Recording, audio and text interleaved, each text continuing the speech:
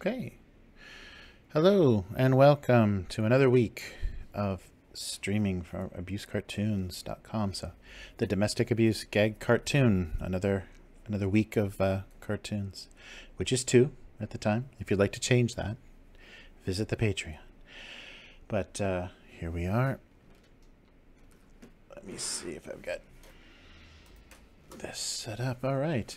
So this is restreaming both on Twitch and YouTube at the moment, and also this is the full HD. So full HD. So yeah. So this should be a little bit cleaner, a little bit clearer. Hopefully it's the same speed. It looks like we're outputting okay, and everything seems to be looking decent. So this is instead of 720p, this is 1080, and hopefully this is going to look a little bit better. The weather is not looking very nice, so it's a nice gray sky behind me, but other than that, is the microphone in the shot? It's like right here, but it's not. All right. So yeah, so the theme that I was kind of going for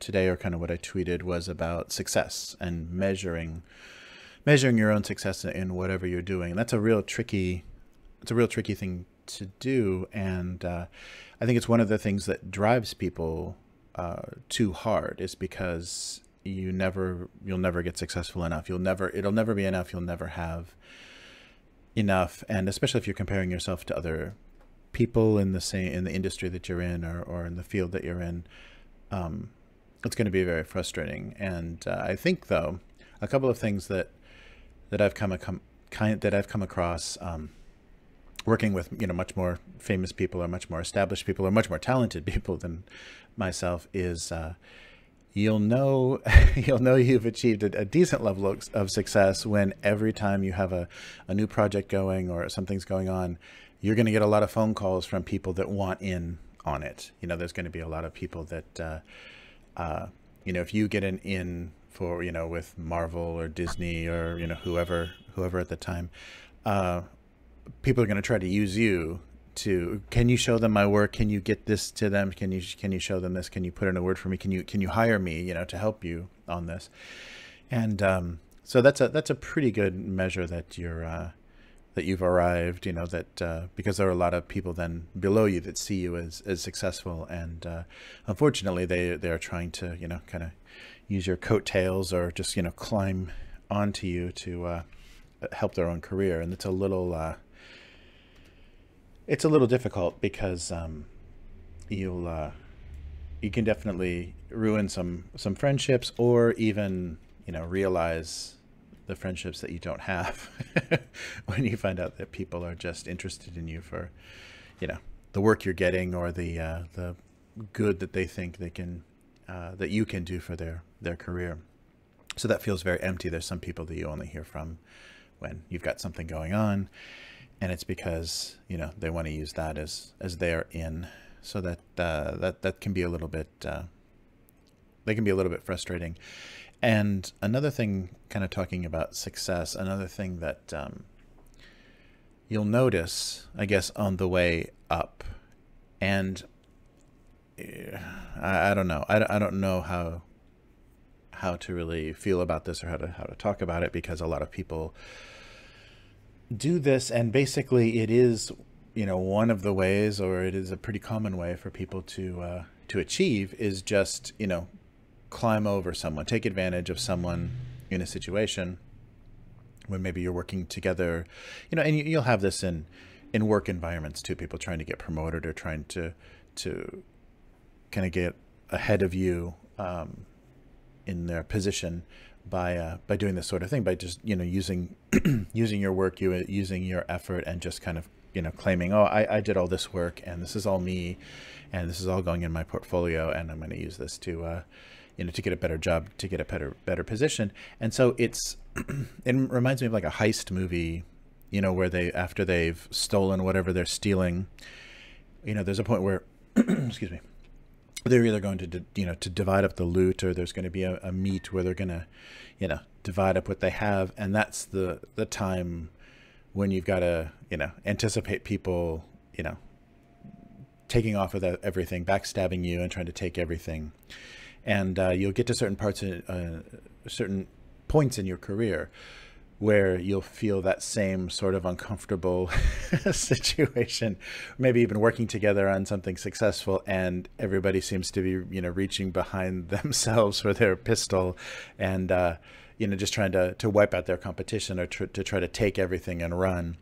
And that's it's a very frustrating kind of scary thing, because you really feel the cutthroat nature of the business part of, being creative, when people are, kind of turning on you and, trying to make off with as much of the success or as much of the project as possible. Maybe I've just worked with, people I shouldn't have been working with. But, that sort of thing happens. And you feel that in business sometimes, where it's just, it's this much above, how thieves and criminals, deal with each other. And they may even have more ethical, more ethics, more morals. But, that's something that you're just going to have to deal with. And you'll definitely lose, friendships or partnerships or things, throughout that, because success is, the goal, the only goal for a lot of people. And so they'll climb over you, they'll betray you, they'll steal from you, whatever to get there. And so just be aware of that, and be aware that that's going to happen. And I don't think, you don't have to take it personally, and just realize that it is business, and just see it as someone you're never going to do business with again, or somebody that you would, never recommend to someone.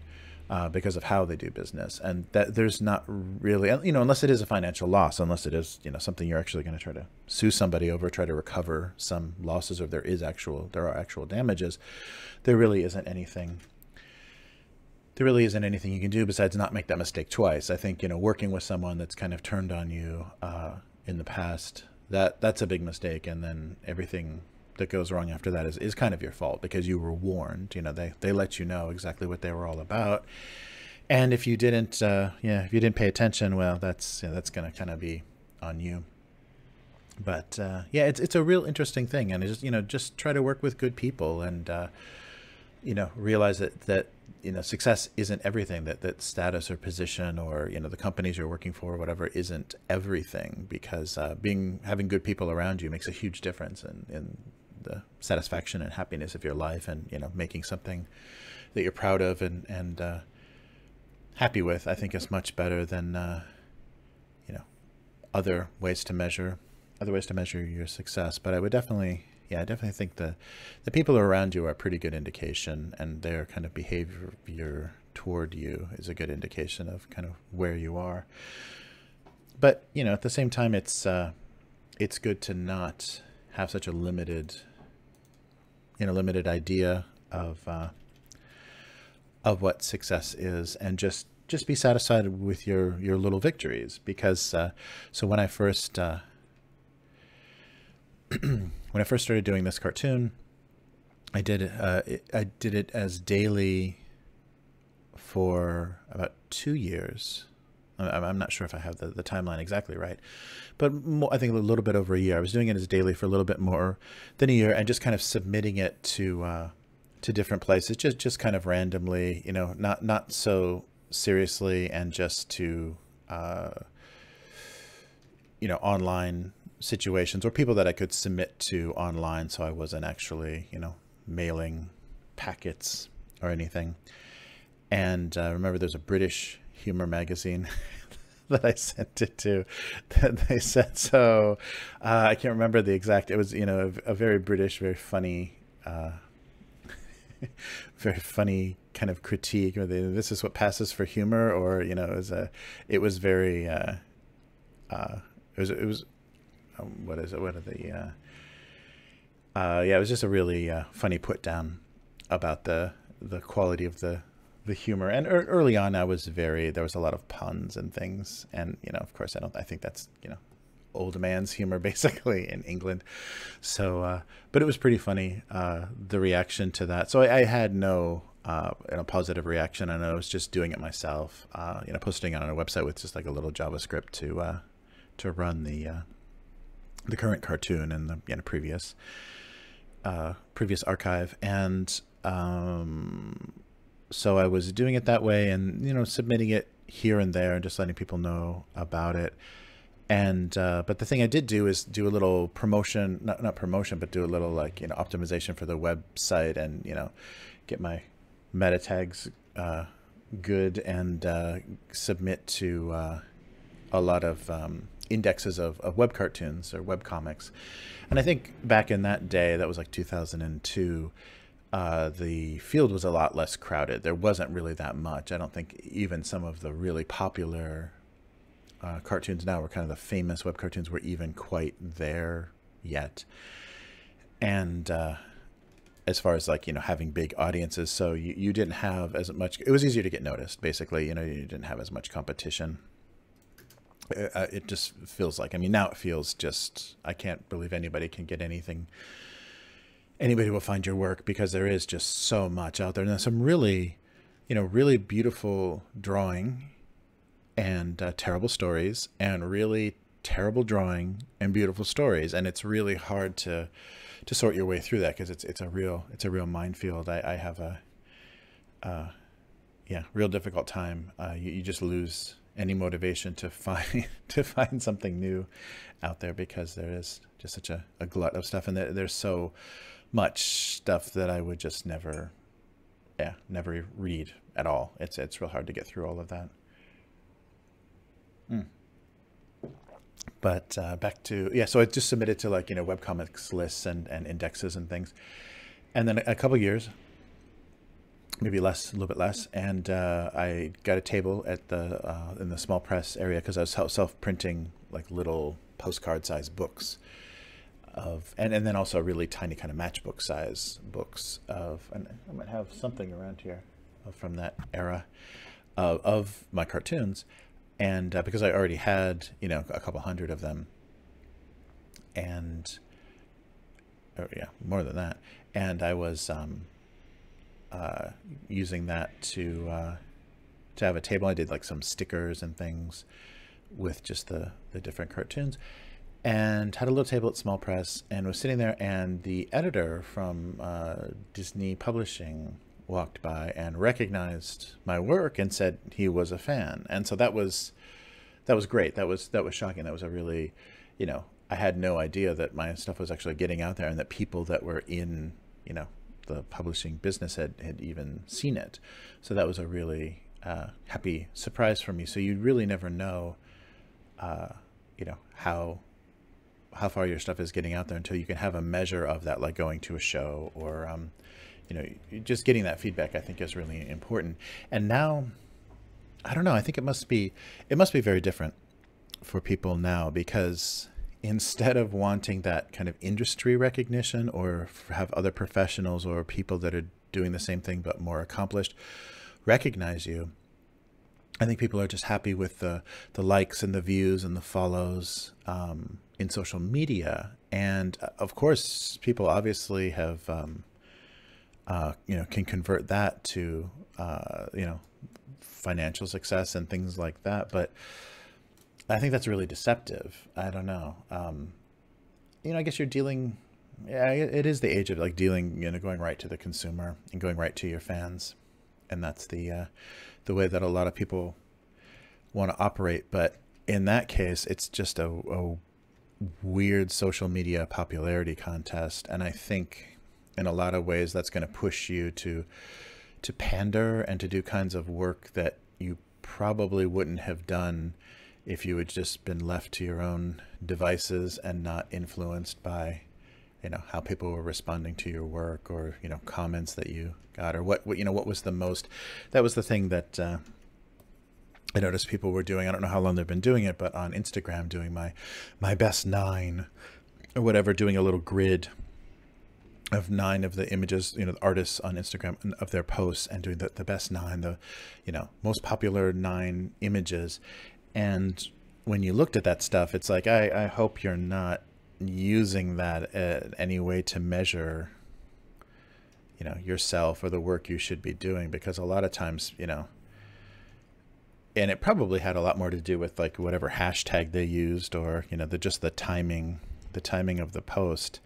So I don't think it had a lot to do with it, specifically with that image, or it's very possible that it, wasn't purely that image that was, generating that.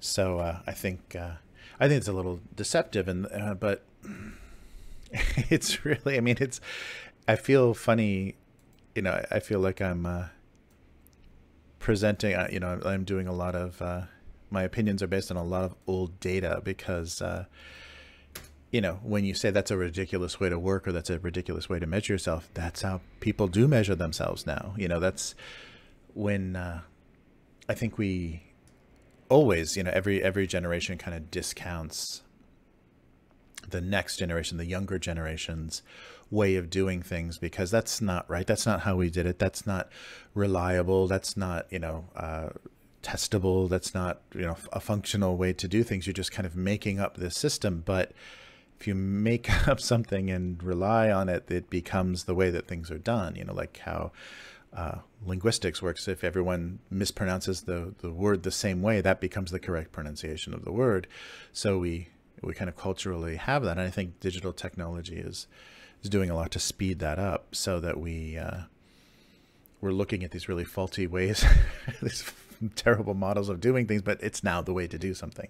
The way to become successful is to do it on Twitter or whatever. So that's an odd thing. But then when when these people are really tested, these people that have, social media popularity or whatever, are really tested as to what they're made of and how long their work is going to last, and, those sorts of things. If you consider that, if you've got a young audience that you've gotten from social media, they're very meme based, and they're looking for the next thing to laugh at, and it's probably not going to be you. So you're going to have not even 15 minutes of fame. You're going to have this, like, nanoseconds of fame that, and people will just kind of, look for the next thing. So that's the danger I see in that. But it definitely, is a way to work on building things. And even, serious companies now are looking to, Twitter and YouTube and stuff to find people. They're using that to scout talent, which is so strange. But at the same time, those people don't know how much their work is worth. So anybody that I think they're always going to be tapping into markets, like they do, like, Korea to finish TV animation, and things are going to tap into markets where people don't know what their work is worth, what their value is worth, and they'll just take advantage of situations like that. So you'll always have that. So if you're being scouted on Instagram, there's a good chance that they're assuming that you don't know the business, and they'll be able to get you to work for them for, peanuts, for nothing. So yeah, that's an interesting thing, but that's, that may be the market. That, that's how new things are always developing, and you always get those breakthrough, super low budget, indie horror movies and things. And why do you think, those got attention? Because you don't have to put any money into it, and you get a decent return, and the people go through the same effort of making a movie. It's the same actual effort to make the movie. It just didn't financially, and it doesn't cost as much to actually produce it. So it's a big win numbers wise. So that's always going to be a thing. And I think that's a part of the reason why, animation, like online and digital animation, it's such a perfect place to be producing animation, and people just aren't doing it because no one can figure out a good way to make it cost effective. Even with the newer and newer tools, it's still very labor intensive, very time intensive, and nobody is willing to tolerate that anymore. They want really instant output, and that's another reason why, like, we've got a bit of an addiction to social media. And social media demands daily updates and daily content. It's a hungry, endless endless vacuum of vacuum. It's endlessly asking for the next thing, the newest thing, and people that want to get on that treadmill and do that. I think it's a good way to get attention. It's a good way to build something, but I don't think you're gonna I think you're going to be hitting some, burnout unless you really balance yourself. Although, I say that, and I think I'm talking only from my personal tolerances, because when I look at the work ethics of some of the manga artists in Japan, there's people that don't stop doing their comics until they're hospitalized. That's just amazing. That's just crazy. And I don't know if it's they are so happy that they've had success, and just like success is not easy to come by here, so they don't want to do anything to endanger it, or just or basically just the work ethic and the pride in your work that a lot of Japanese people have, even if they're just working at McDonald's or Starbucks. But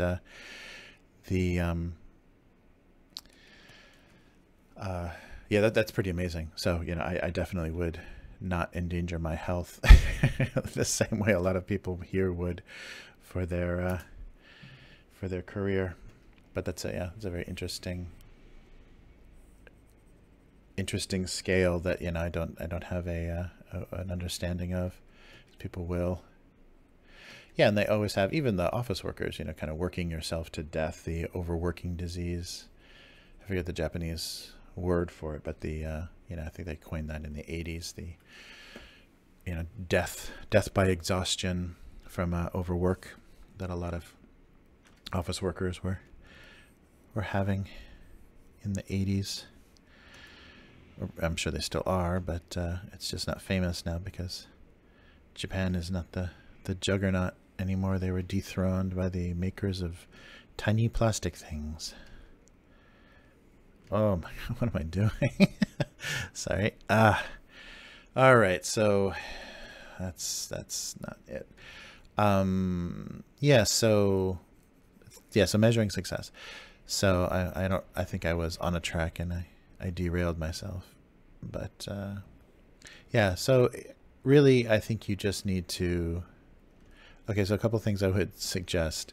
Don't use your parents or your family to ever measure your success, because a lot of times they probably weren't happy about your creative career choice, or they admire you as being an outlier and doing your own thing, but they don't want to see you be tremendously successful at it, because that proves their whole worldview wrong.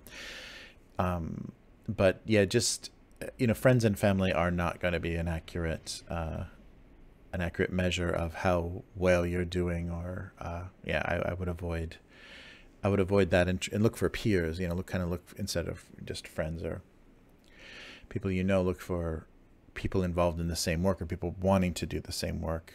And hopefully you don't find some very jealous or spiteful people, so you can actually get some decent feedback. But yeah, that's always a trap. I just remember like in undergraduate, going away to art school and doing work, and bringing back, because you produce so much during a year of art school that just bring back some work and then show things to the family, and just the reaction is always, oh, that's what you're doing, huh? Wow, money well spent. It's not going to be very encouraging, and also it's not going to I just think people without that kind of experience, even though they're close to you, and even though you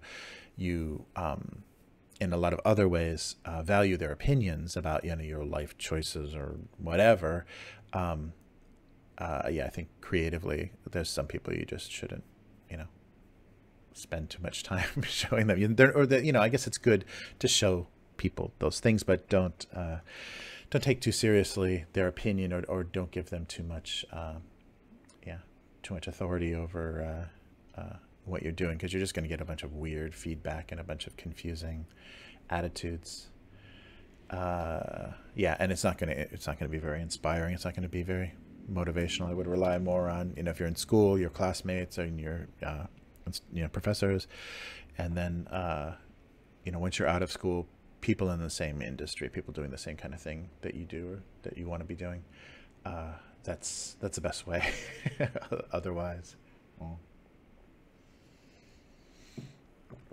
but Yeah, and I think you should just, it's important to work hard on your own sense of self and accomplishment and doing the things that you want to do because, I mean, you'll have to do work that you don't really want to do to make money, or you have to do another job, a non-creative job for that purpose. But I think you should do the things that you want to do, devote your time, because there comes a point where you have to stop, kind of imitating other people's work or just doing things as, kind of technical tests or, using a new piece of software, that get out of that mode of just always, testing and experimenting and in technical ways. I'm not talking about, creative ways and in just technical ways, and not investing yourself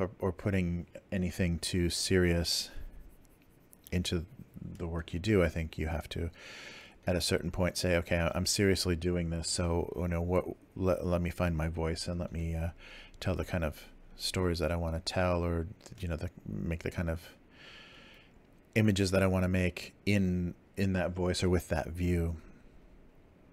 And, kind of focus instead of, being very slippery and keep, kind of doing whatever. But I mean, that, those kind of people, though, that are always experimenting technically and want to work in a lot of different styles. I mean, they're very viable. They're very good, good people to work commercially, because, they're gonna demand that you have a lot of different styles and things. But finding your personal style and your personal voice, I think, is important for connecting with people, because, you can have a successful career doing very visually interesting stuff and win awards and things like that. But if you want to communicate, if you want to connect with people, I think you need to focus much more specifically on what you want to do, what you want to say, and get practiced at that instead of just, working too much on being technically proficient.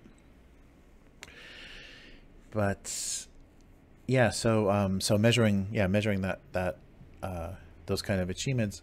I mean, I think just setting goals and, whether it's, getting something published or getting something together to self-publish it, or getting a gallery show, or getting, or being part of a group show, finally getting included or asked to do something in a group show. Oftentimes that stuff is themed, you'll have a lot of pop culture kind of themed things that you can get involved with.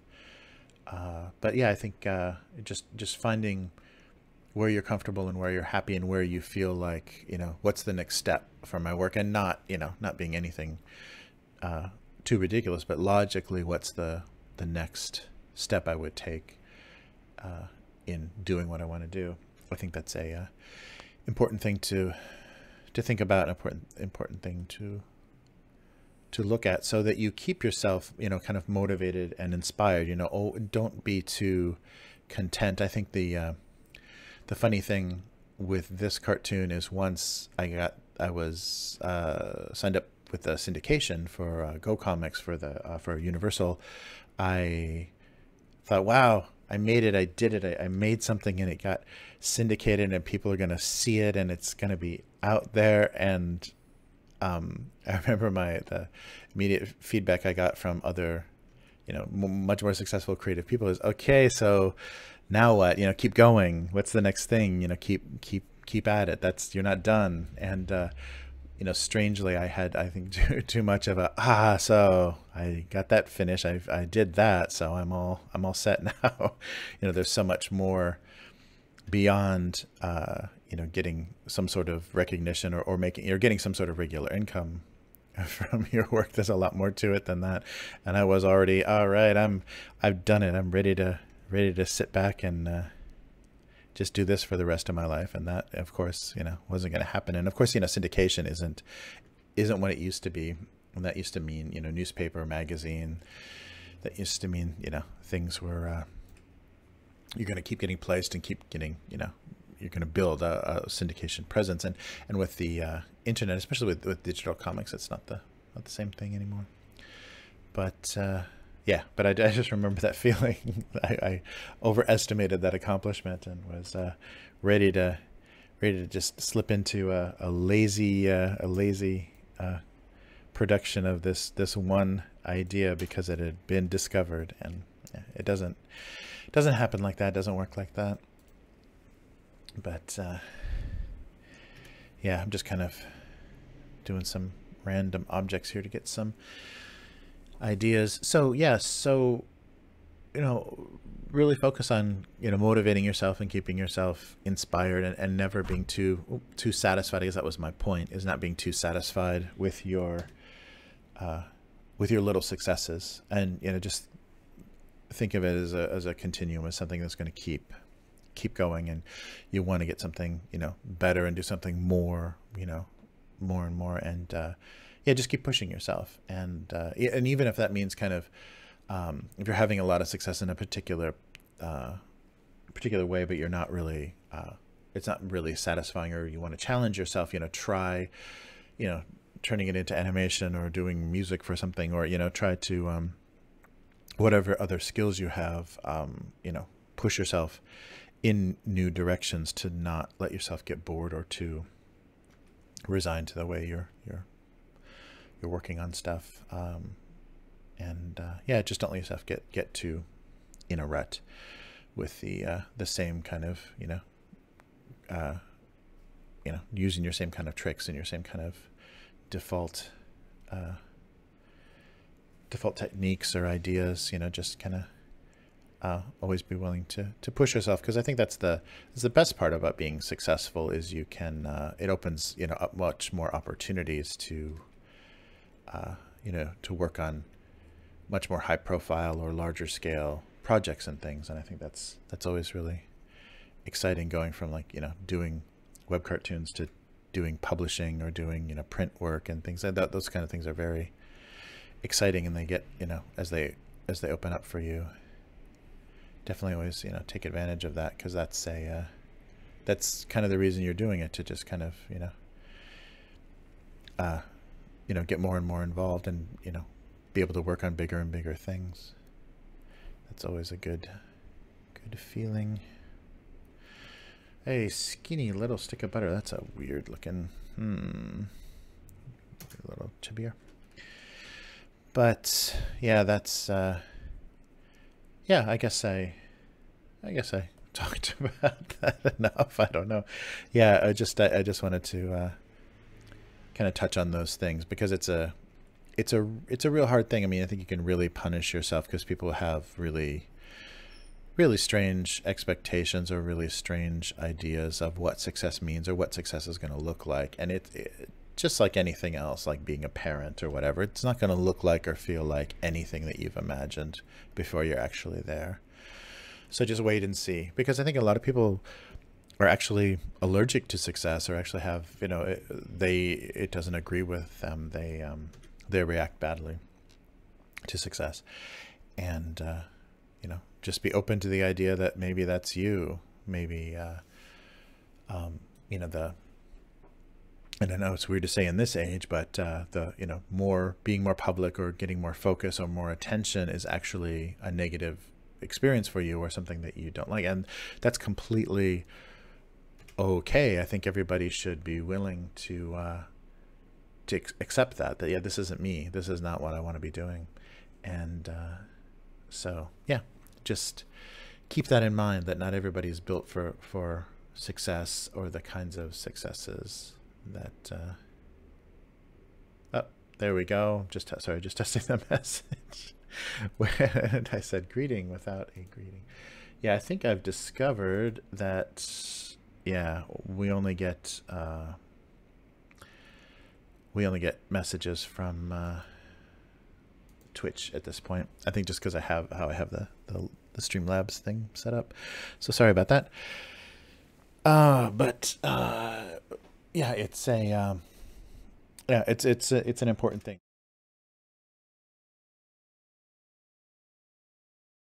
Everything in your life is like that, but maybe a little bit more so. Your creative life is figuring out who you are and what you want, and that's how you get satisfied with your work. And people that are never satisfied and are never happy, they can become incredibly successful because they're, incredibly driven. They're not going to, be satisfied with any sort of small, whoa, sorry about that. They're not going to be satisfied with any sort of small success. So they're just going to push bigger and bigger and bigger. And, it's all about them, and they'll do whatever damage to their personal life needs to be done to make that work. So, yeah, so just, you might be one of those people too that just eats up your life and destroys everything around you, for your success. And yeah, you never know. But yeah, but be open and kind of sensitive to what you're about, and what makes you happy, and that's the way that you can kind of save yourself, or avoid some of the damage, or the kind of mental self abuse that you give yourself from not being accomplished, or not being where you think you should be in your career. Those sorts of things.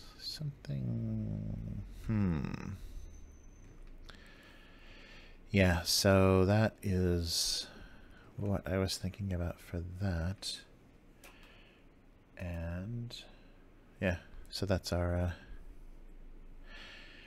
little talk about measuring success. And I definitely let me know, in comments, or direct message me, or on Twitter or whatever, if you have different ideas about that, because your experience will vary, of course, especially because if you're younger and just starting out, you are just finding these things out, but you're also doing them in a world that's that was very different from my experience of things. So I would be curious to see what people just starting out are finding to be the difficulty. I think ultimately people stay the same, even if they're using hashtags to make each other feel terrible, or just doing it face to face or on the phone. I think yeah, that's I don't know why I'm doing that. I think that's always going to be the case. So you're always going to run into those kind of difficulties. But yeah, I think your satisfaction with the work, and satisfaction with connecting with people, and people responding to your work, I think is a much better measure of what you're doing, and how you should be happy, and how you should feel success. I think I bumped the camera. I think I'm way off frame again. Let me look at my more live shot here. Sorry, I think I've knocked. Oh yeah, I'm kind of at a weird spot here. Okay, well, it's as good as it's going to be. Now I'm a little bit more off center. But yeah, so that's the thinking, and I'm gonna be interested, and I would be interested in your opinion. And I'm sorry that I keep being right back. I'm trying to get a brush. I'm trying to get my brush to come up on Photoshop.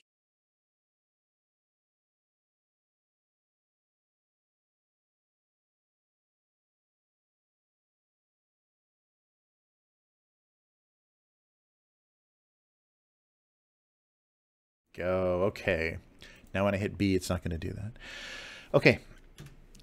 So where are we here? Yeah, so just yeah, don't beat yourself up, I think, is the best advice, because what you think of or feel as success is not what other people do. It's definitely not what your parents or your friends do, or even your teachers. I had a lot of frustration with when I wanted to do animation and things in undergrad, is the kind of instructor's attitude.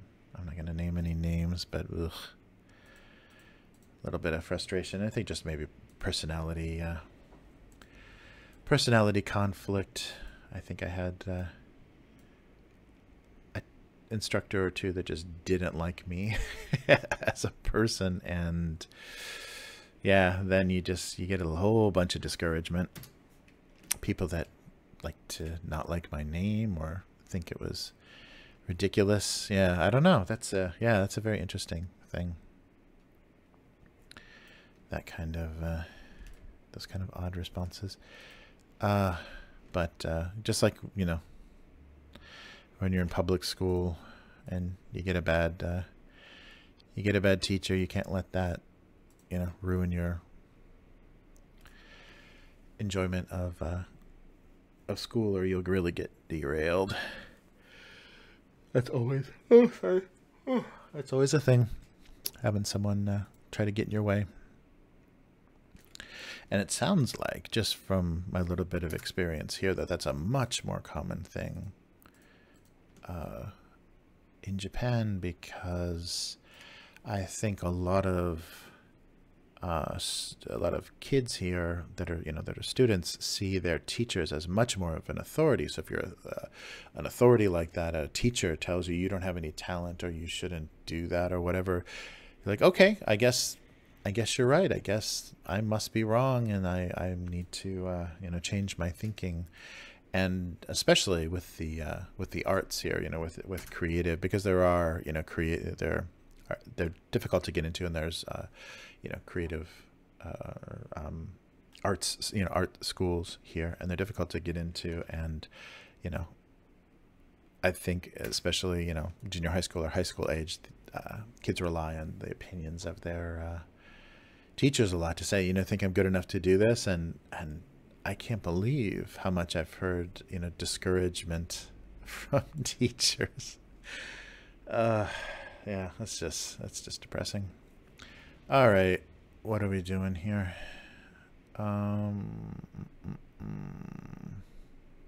Wow, really don't like that butter.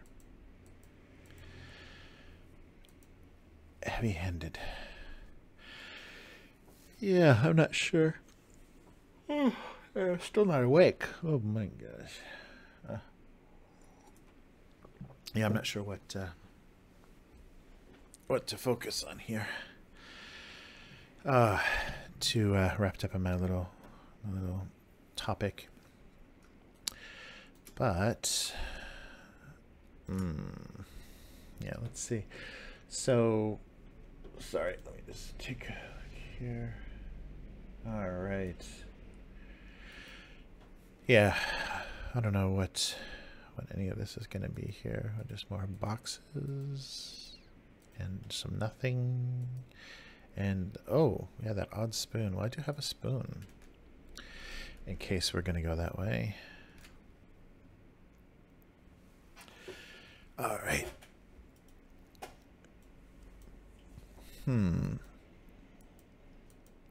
Yeah, I was wondering, because I noticed, especially on Twitch, I got a lot of people dropping into view and maybe looking at the stream and saying boring, or maybe it's just not their style of art, or it's not their fandom that I'm drawing or whatever. But yeah, so I'm wondering what makes an interesting creative stream. And I was hoping it was just someone doing something creative and talking about it, but it may not be. There may be some outfit or some something that makes for a successful stream.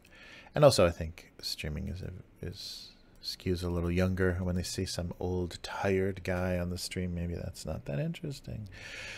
But okay, so I think we're gonna have some breakfast and some, yeah, I think some breakfast needs to happen. It's been a while. I have a big breakfast painting on the wall in here, and I haven't done any breakfast stuff in a while. So let's see. So breakfast and boxes.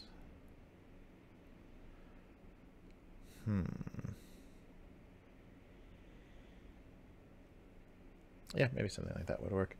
So let's move some of these boxes over. So this and this, and maybe not that, and not that, and this. So this, I'm assuming. I'm sure there's a better way to do this, but we'll just do it this way. Boom. Oh, and I got the bowl.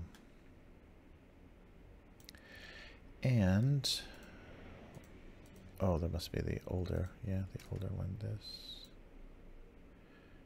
Okay. So we'll call this one breakfast and get rid of our boxes. Oh, that was the bowl. Sorry. If I just made my thumbnails a little bigger, I guess that wouldn't be so difficult. Okay, let's move some of these closer together just so they're easier to deal with. Okay. I don't need that. And we don't need that. Okay. Try something like this. Yeah, I have a feeling this my scale's a little off here, so. Oh, there's a dot. So some of those lines are gonna get a little thicker than they should. I think I'll fill this just so I can put it in front of things and have some idea. Yeah, but oh, bigger bowl. Not such a bad thing. Oh, maybe down here too. Oh, we're getting a little slow here. Okay.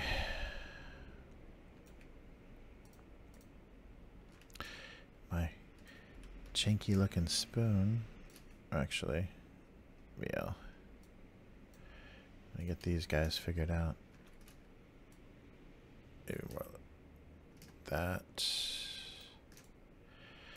Yeah, then the spoon doesn't need anything, does it really? Just a little angle.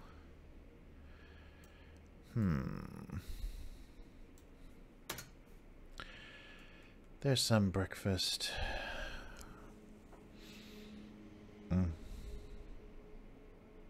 Oh yeah, it's still a very flat-sided spoon.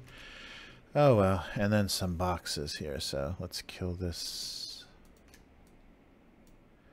bowl. And let's see. Yeah, so maybe this can get filled too.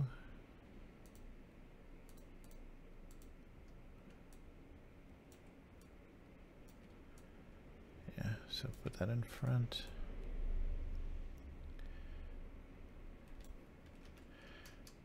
Yeah, so just kind of scale-wise, I think I wanted that. I like this guy a lot.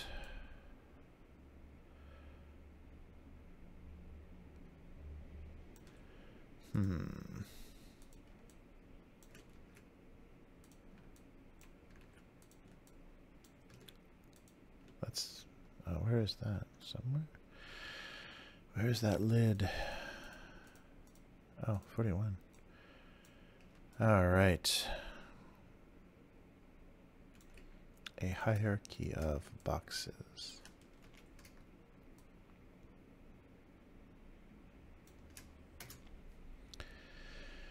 All right. Boxes within boxes.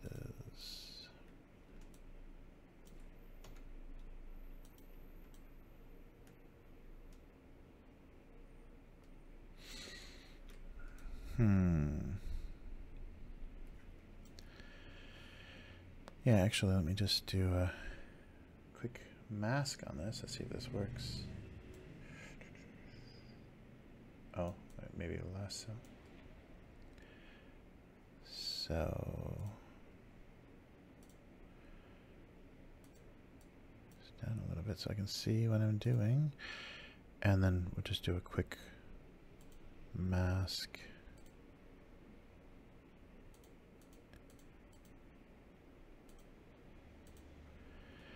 To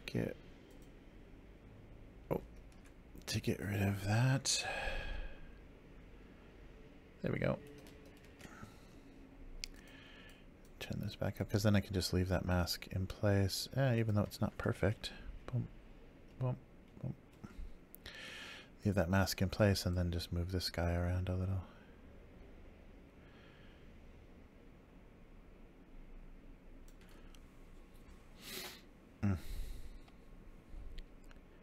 All right. I don't know. I don't know. The gift of bread.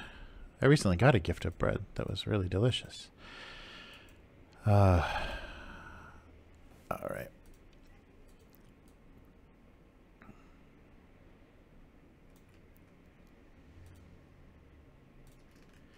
Yeah, so something like that.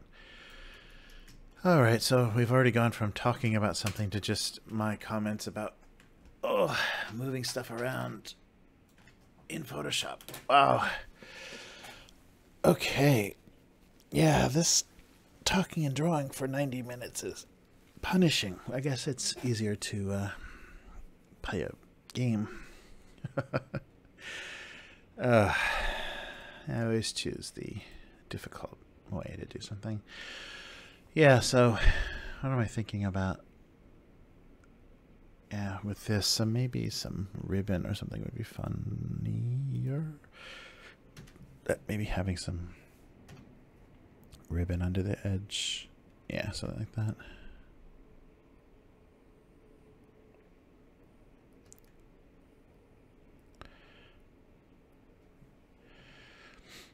Yeah, that might make it more. Oof. Let's get that a little tighter. Oh, wow. Things are slow. All right.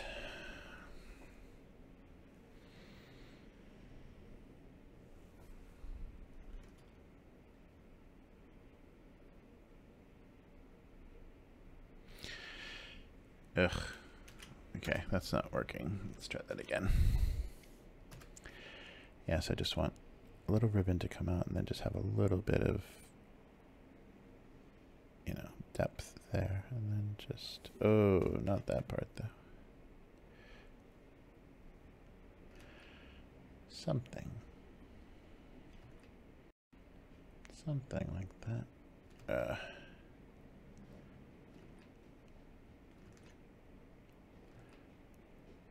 Okay. Of course, that would probably be a lot longer, but what are you gonna do?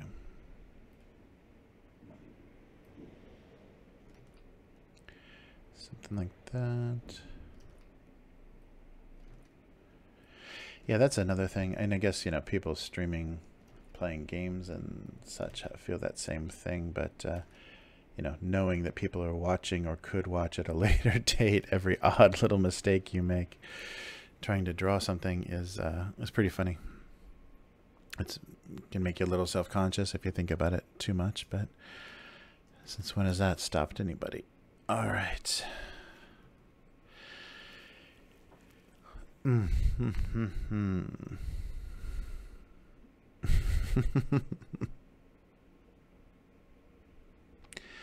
I don't know. Is that a big block of cheese or what is that?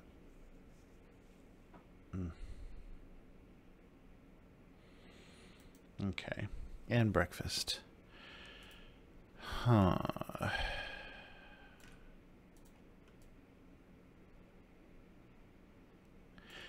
let's fill this guy and keep him up front so we can.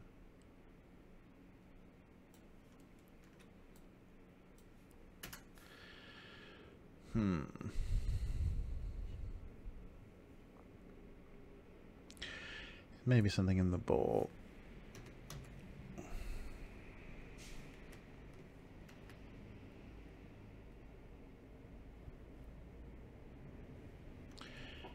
There we go. All right.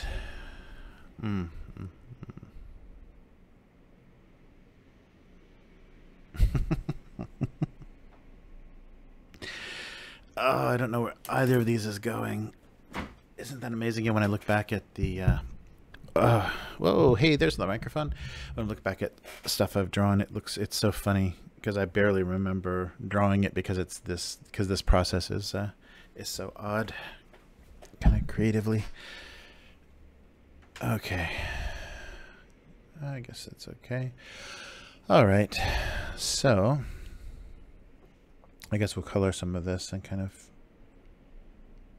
yeah, think about where this is going as we're doing that. Let's see here. Yeah. One of those. Let's first do white. Wow. Wow, wow, wow. Oh, yeah, not obeying the layers. Okay. And then put some of the color back.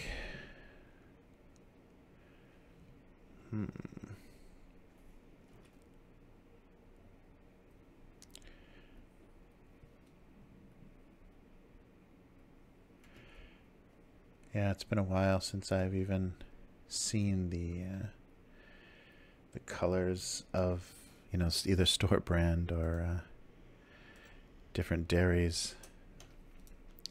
Milk, you know, 2% skim, whole, even half whole, or what they call it. But yeah, I haven't even seen that in so long. So basically it's just, yeah, skim and 3%, 3.8% here. So those are the only things you get to see anymore. And the milk, I don't know if I've talked about this before, but the milk in Japan, you can definitely taste that Japanese cows are corn-fed because the milk is very corny. You can taste the corn in Japanese milk very easily. I was surprised by that. That was a very funny thing to discover. Is this going to be just some kind of cereal? Maybe. Okay. Yeah, is it more interesting if I'm working closer? I don't know. I can't tell, but maybe for the shading and stuff, I'll try to be working tighter in, but at the same time, I want to fill this or do my little 70s mixing bowl pattern. I forget which company did this, but this is always my retro bowl style. Yeah, that'll work. Something like that.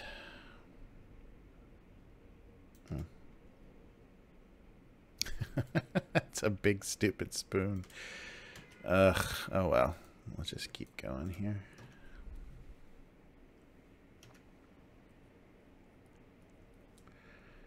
See how this goes. And then down here. Whoa, what layer is this on? What's going on here? Oh, did I... What?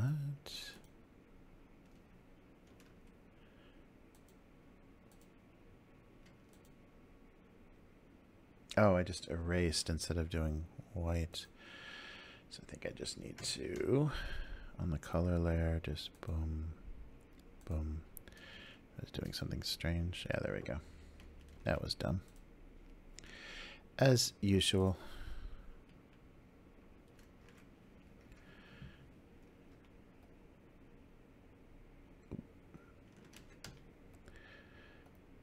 There it goes. That's better.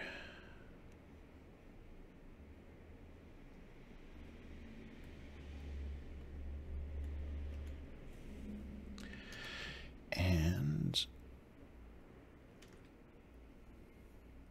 inside of the bowl and the side. Whoa.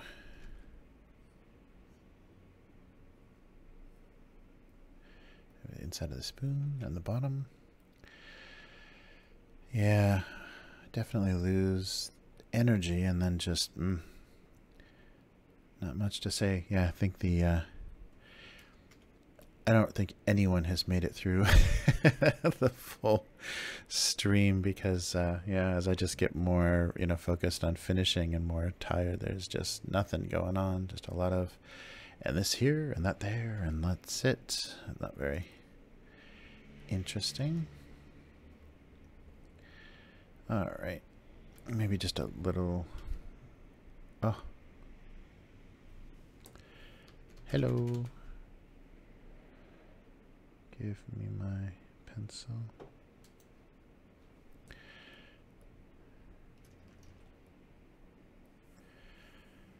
All right.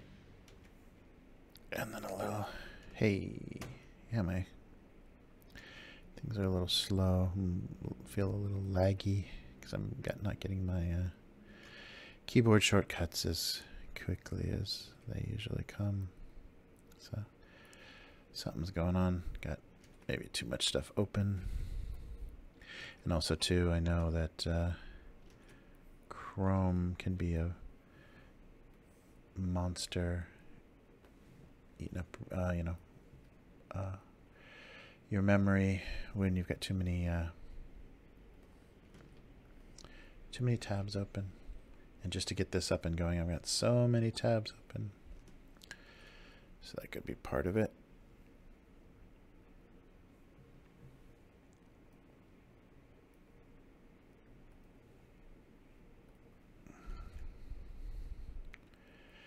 Chinese cereal.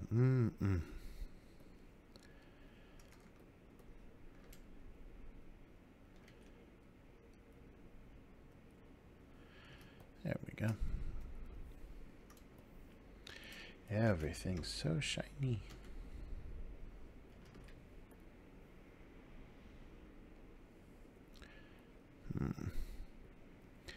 I was just thinking of something that I wanted to keep going on about. Too bad. I had to jump right on it or else. Oops.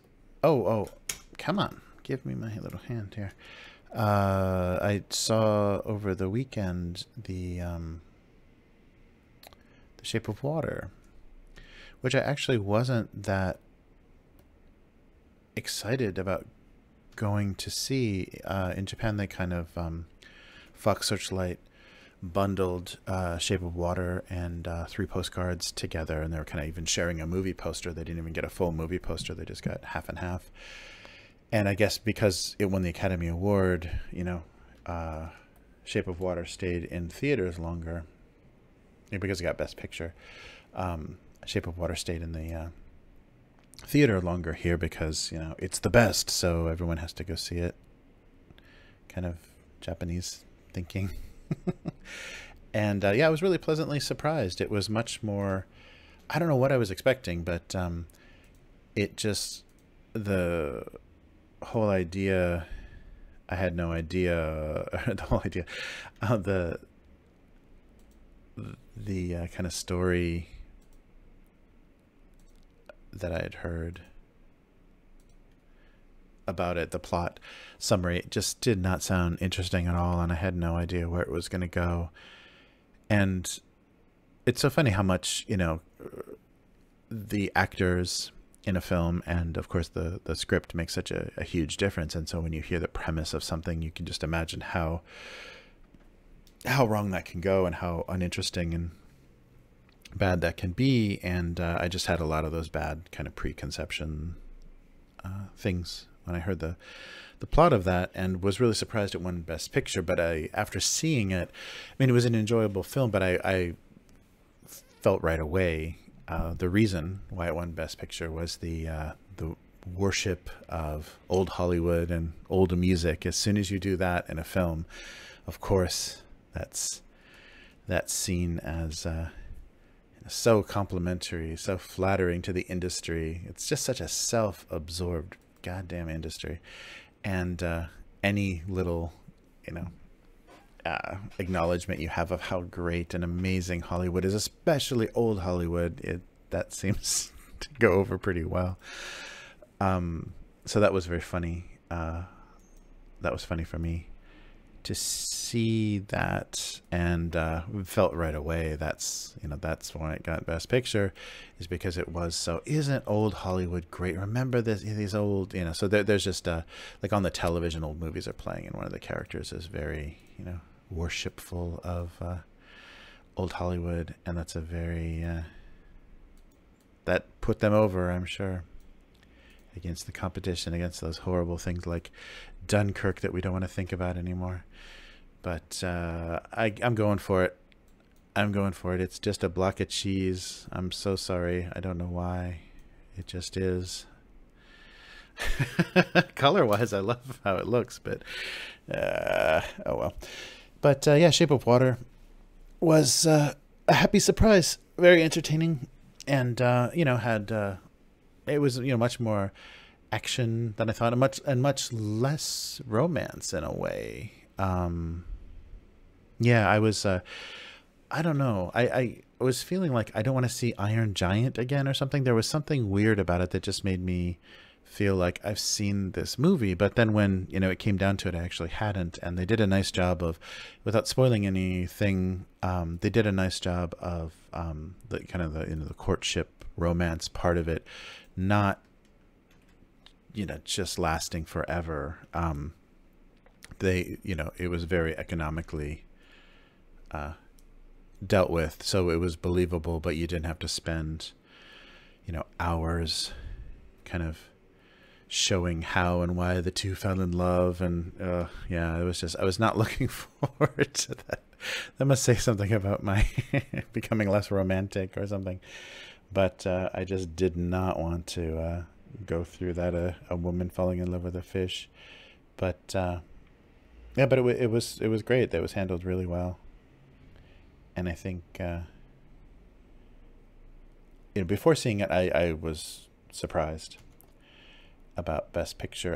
I haven't seen, and that's a product of being in Japan, because a lot of my streaming is so it's so Pan's Labyrinth is for me in Spanish with Japanese subtitles, so I have to actually buy it. So foreign films, that's the one thing I really regret, I really don't like about being in Japan, is that I watch a lot less foreign film, Asian films, like Korean or Spanish or French film. I watch a lot less because I don't have a subtitle option. So I just kind of gave up, maybe a little too easily, but I just kind of gave up trying to keep up with a lot of foreign film, and that's too bad, because yeah, that was always kind of enjoyable thing. And that was nice about the US too, is that there's a lot of options for seeing foreign films, especially Los Angeles.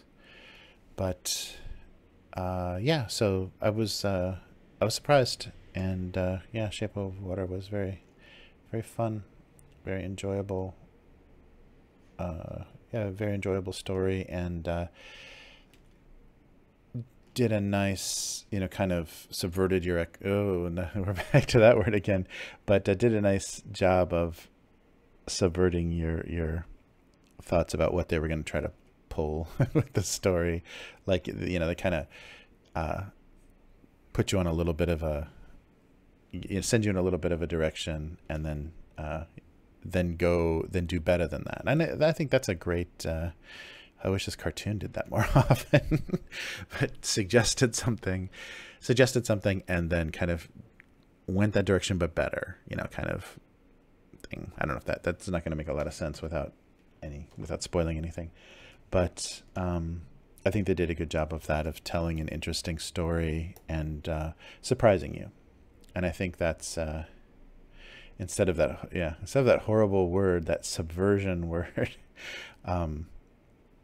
I like when movies can still surprise you, when they set something up, and you don't have to be that clever to know what was coming, and then they don't do that.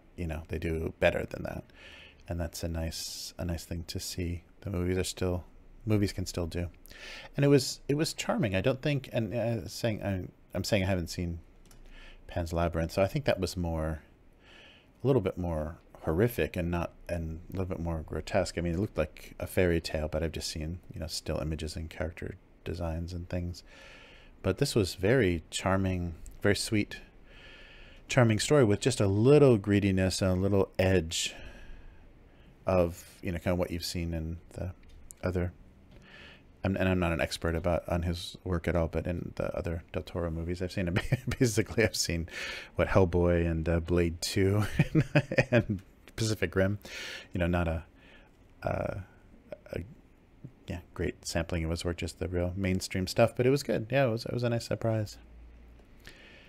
Which is always a good movie experience because I so rarely, I mean, movies are so expensive here that I so rarely see them, that when it's bad, oh, that's just punishing. When it's something not worth seeing.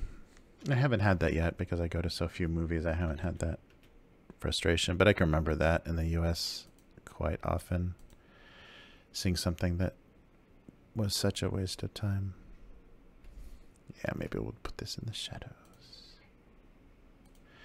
Mysterious cheese.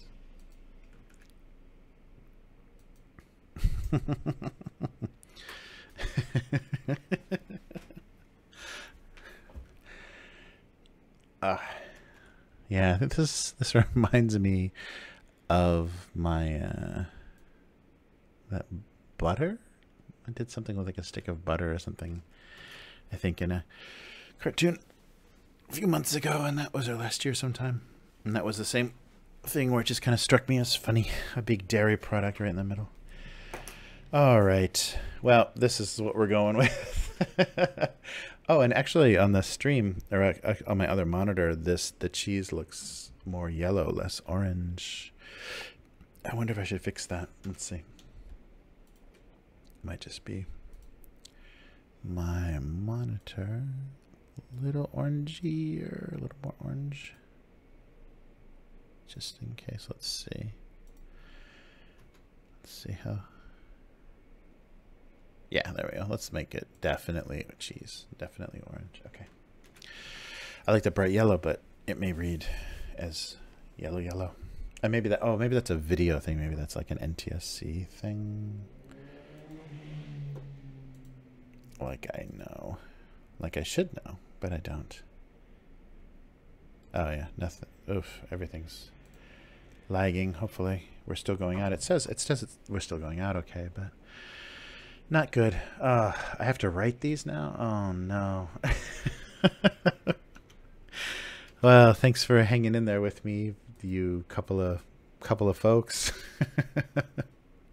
We're gonna see. Yeah, the live dashboard is dead. We're gonna see if we can get through this here. So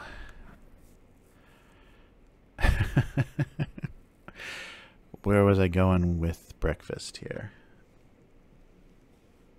Weird. Oh, I hope we're still going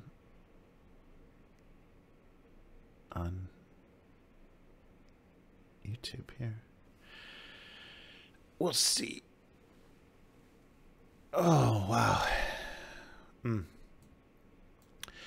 Well, thank you for hanging in there, and let's now get to the funny bits. Yeah, so let's get rid of our are we there? Yeah, sorry, everything is kind of slowed down here. Hopefully you are seeing it in somewhat real time. Yeah, it looks like things are streaming okay still. Just my computer is all crawling. All right, so breakfast. Yes, I think I've made a part of this complete balanced breakfast jokes a lot. Let's not default to that if we don't have to.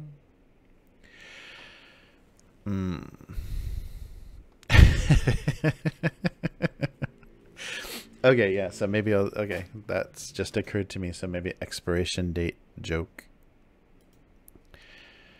But I want to like make some obvious little reference to where that would be. Hello. Why is this locked? Don't be locked. What are we locked for? Oh, I think it still thinks I'm on the tool. Oh, did I kill that layer? No, I guess it's okay. But here.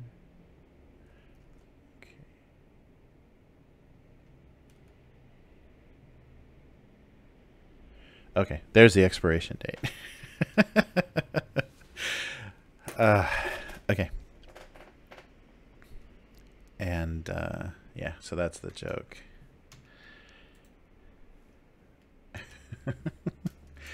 They were unwilling to go so far beyond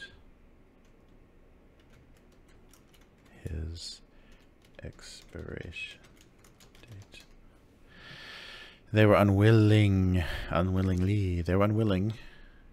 to go so far beyond his expiration date.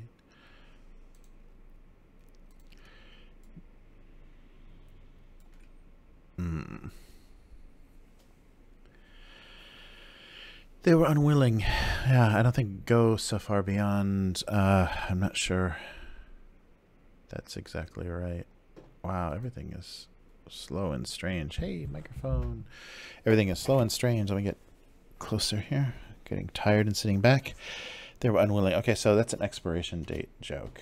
So something expiration date. Let's get things saved. Yeah, I'm putting all my paths and stuff out on the internet. Great, whatever. But so if you want to find stuff on my system, I'll show you exactly where it is. And a block of cheese was as thoughtful as it was surprising.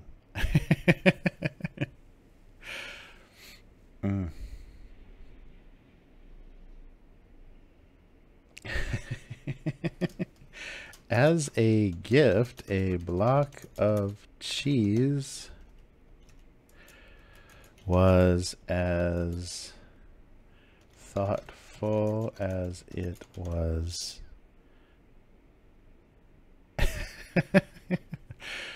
awkward. Yeah,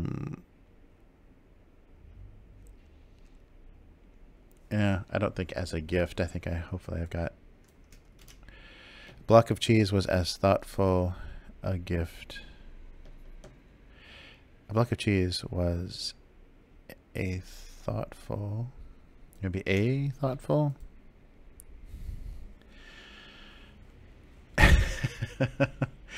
I don't know.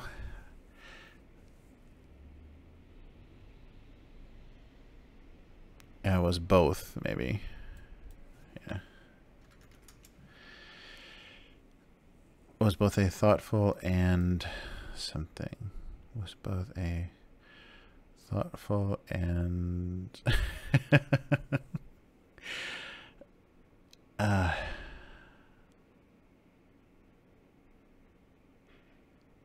a block of cheese as a gift was both thoughtful. I think it's thoughtful. Cheese. Oh, actually. See, I always catch these things that I want to fix, and it's just an avoidance. It's just to avoid finishing. But yeah, I think I want the whole thing. Oops. I think I'm just going to have to bite the bullet and draw that in by hand. Maybe a little bit here too. And then, hello, get rid of that.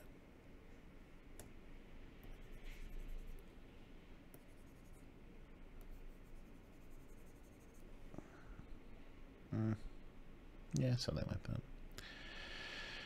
Okay. A block of cheese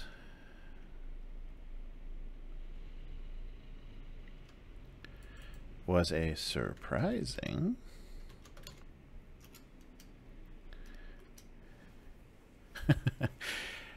and I don't want to make a constipation joke.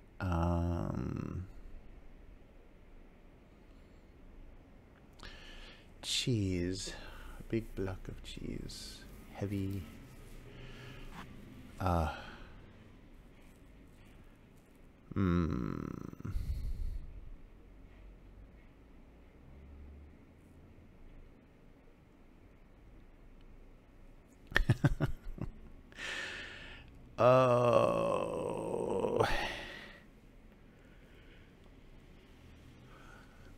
Yeah, not thoughtful, but concerning.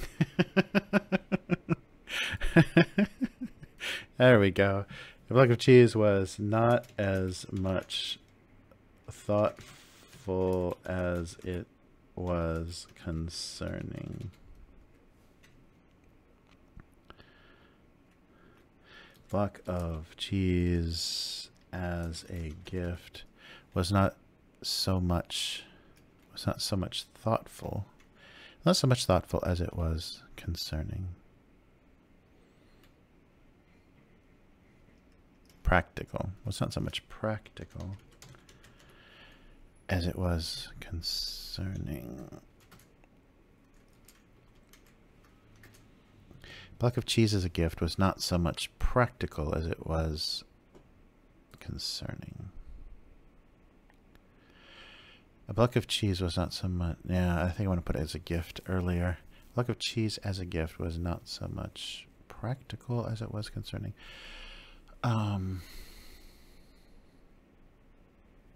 Surprising. As it was concerning. A block of cheese as a gift was not so much surprising as it was concerning. Yeah.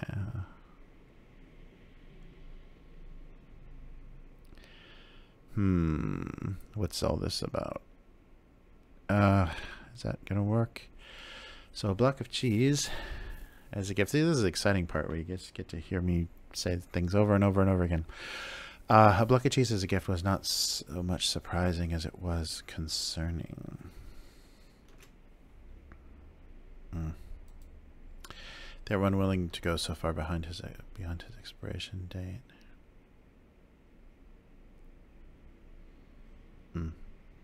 Yeah, so he's gonna be sad, maybe.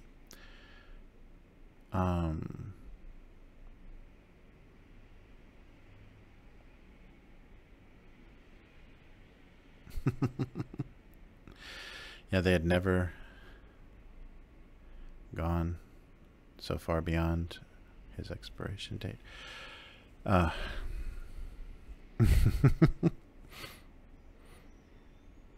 Oh, yeah, maybe.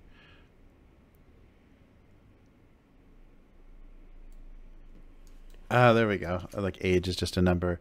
It turned out that an expiration date wasn't just a number. So age is just a number joke. Yeah, that'll work. It turned out that an expiration date wasn't just a number. Maybe everybody up. It turned out that an expiration date wasn't just a number. It turns out that an expiration date wasn't. Yeah, isn't so. Turned out. Try to match my tenses, I guess. It turned out that an expiration date wasn't just a number.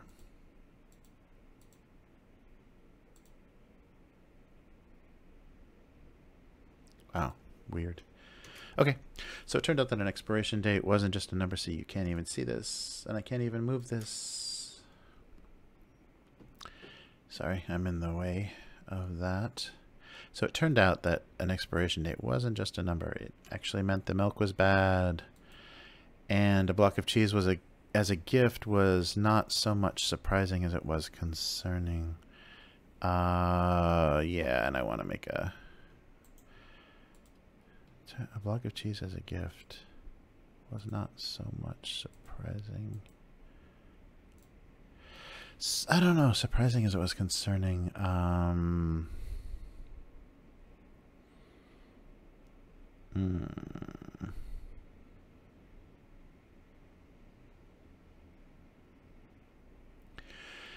Block of cheese as a gift was not so much surprising as it was concerning.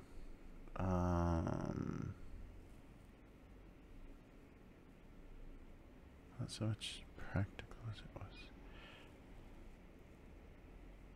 Yeah, maybe just practical. I think I'm going back to that original. Yeah, a block of cheese as a gift was not so much practical as it was concerning, because then that's a better contrast between those two words. Make sure I spelled practical right. Hey, hey. Yeah, okay. Concerning, yeah, particular to word. It turned out that an expiration date wasn't just a number.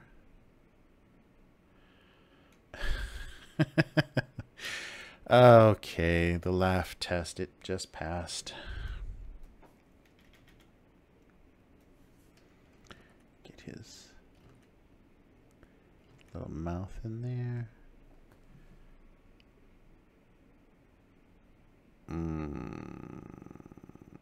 One more try here.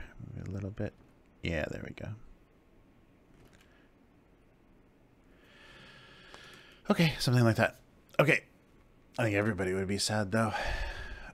So it turned out that an expiration date wasn't just a number, and a block of cheese as a gift was not so much practical as it was concerning. So those are the two cartoons for this week. Wow. So thank you for hanging in there. 1:30. Wow, 90 minutes exactly. 1:30. So sorry. Yeah. You've been around for 90 minutes if you've made it this far. So I thank you for enduring that. I know there were some quiet moments when I was rendering cheese. But yeah, thanks for joining me. And if you'd like to follow this cartoon, please follow me on Twitter at abusecartoons, and then abusecartoons.com is the website and the channel on YouTube where this is archived, and on Twitch as well, Twitch TV/abusecartoons. And if you would like to see this as a daily cartoon again, basically, you know, my dream is to get this back to the level where I'm producing that many, and then in every few years I can do a book collection of the, you know, the best of that 1,000 cartoons, you know, to like take 100 of the best out and publish them as a book. If you'd like to see that happen and you'd like to support that, please consider supporting this cartoon on Patreon at patreon.com/abusecartoons.